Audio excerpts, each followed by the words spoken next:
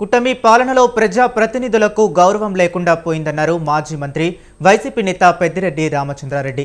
రాజమండ్రి జైలులో రిమాండ్ ఖైదీగా ఉన్న ఎంపీ మిథున్ రెడ్డితో తానేటి వనిత, మార్గాని భరత్తో కలిసి రామచంద్రారెడ్డి ములాఖత్ అయ్యారు.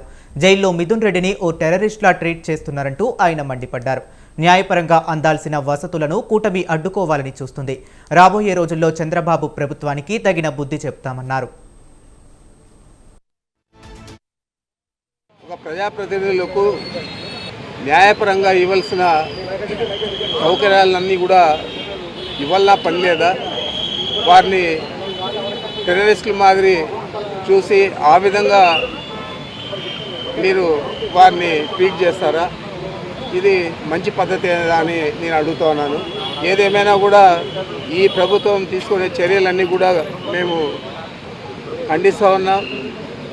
మీరు చేసే ఈ తప్పుడు విధానాలు రాబోయే రోజుల్లో ఇది ఒక అలవాటుగా మిగతా ప్రభుత్వాలకు కూడా మారకూడదని చెప్పి నేను తెలియజేస్తా ఉన్నా.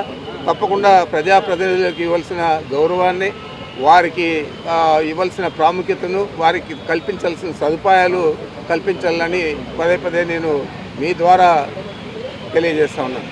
ఒక ప్రజాప్రతినిధులకు